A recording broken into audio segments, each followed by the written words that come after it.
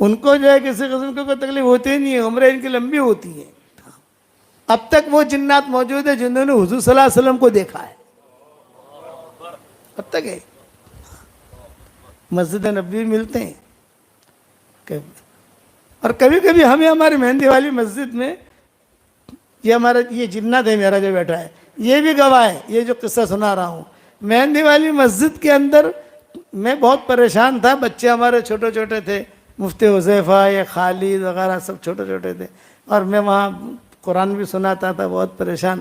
میں پریشانی میری یہ کہ یار گھر والے کہتے تھے کہ یہ عید آ رہی ہے، بچوں کے لیے کپڑے نہیں ہے عید کے، کچھ کہیں سے سلاؤ، کچھ کرو۔ میں نے کہا اب تو کیا 2 دن تو رہ گئے ہیں عید کے، اور جو ہے پیسے کی بھی کمی ہے، اور کہاں جائیں گے بھی، چلو ایسے کپڑوں میں عید کر لینا، عید کے بعد انشاءاللہ سلا لیں گے۔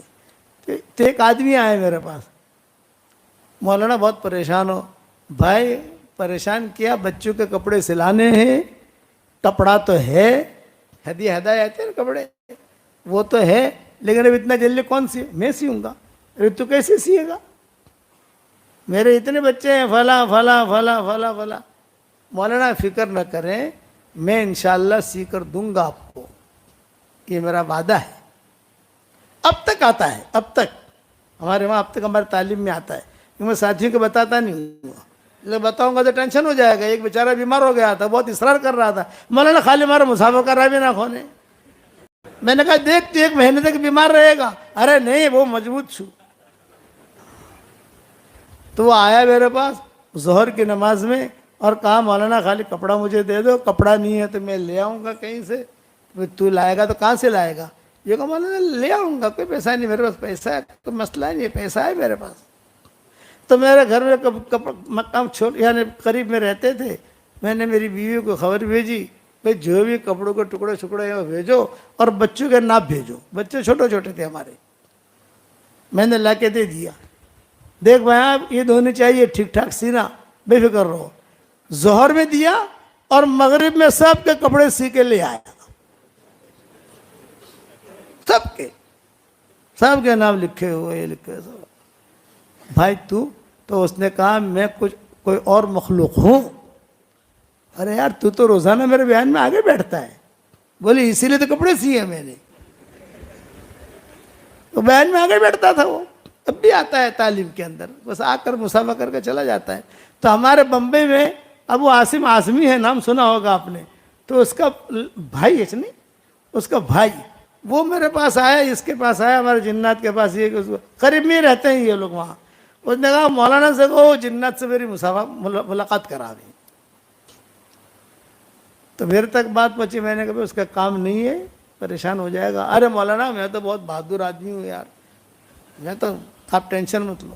اچھا میں نے کہا فلاں دن عشاء کی نماز میں مہندی والی مسجد میں آنا، لوگ جب مسافے کے لیے کھڑے ہوں گے نا تو میرے پاس خالی کھڑا ہو جانا، جب وہ جنات آئے گا تو میں کہوں گا کہ لے بھائی یہ ہمارے ابو عاصم کے بھائی ہیں، یہ مسافہ کر لیں ان سے، اتنا میں کہوں گا تو سمجھ جانا وہ جنات ہے۔ ہاں ٹھیک ہے ٹھیک ہے۔ اب وہ آیا، اس کے ساتھ پولیس والے بھی، بڑے لوگوں جیسے ہوتے سیکورٹی، یہ وہ سب آیا، لوگوں نے سمجھا پتہ نہیں کیوں آیا ہے، کیا ہے کیا نہیں۔ خیر اب میں نے تعلیم کر لی، مہندی والی مسجد میں ہماری حیات الصحابہ کی تعلیم ہوتی ہے، تھوڑی دیر 10 منٹ 15 منٹ، تو ہم تعلیم کر کے فارغ ہوئے تو لوگ مسافے کے لیے کھڑے ہوئے۔ جوانی کا زمانہ تھا تو ہم مسافہ بھی کر لیتے تھے، اب بڑھاپے میں مسافہ کرنا مشکل ہو گیا، کیا مسافہ کرے لوگوں سے، مسافہ کرتے کرتے میرے گھٹنے پر مارتے ہیں، میں خود بیمار آدمی گھٹنے کا، اور ایسے زور سے ماریں گے تو میں نے کہا بھائی اس سے اچھا کبھی مسافہ ہی نہ کرو۔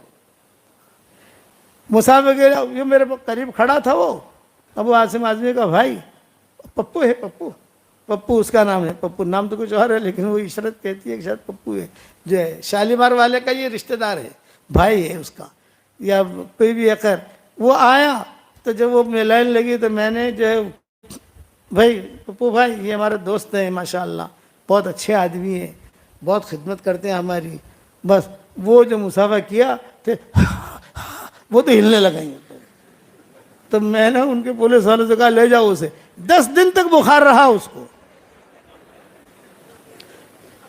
اب کبھی کبھی ملنے کے لیے کہتا ہے تو میں کہتا ہوں یہ میرے جنات سے مل لے بھائی کافی ہے، اس سے ملنا ہے نہیں ملنا، نہ مولانا نہ نانا، ہو گیا، پوری زندگی کا بخار میں نے قبول کر لیا، اب نہیں۔ یہ فطری چیز ہے۔ تو جنات میں تعدی نہیں ملے گی، کوئی ہسپتال نہیں بنائیں گے، کوئی کسی قسم کا جو ہے کوئی دوائیں نہیں بنائیں گے، کوئی روڈ نہیں بنائیں گے۔ انسانوں کو اللہ نے کہا وَلَقَدْ كَرَّمْنَا بنی آدم،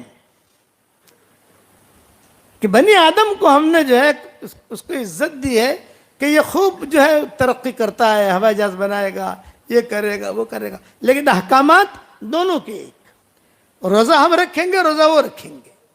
جنات ہمیں کہتے ہیں مولانا انسانوں کے لیے تو حج کرنا بہت مشکل، ہمارے لیے تو حج کرنا بہت آسان، نہ تشریح کی ضرورت، نہ ٹکٹ کی ضرورت، نہ ویزے کی ضرورت۔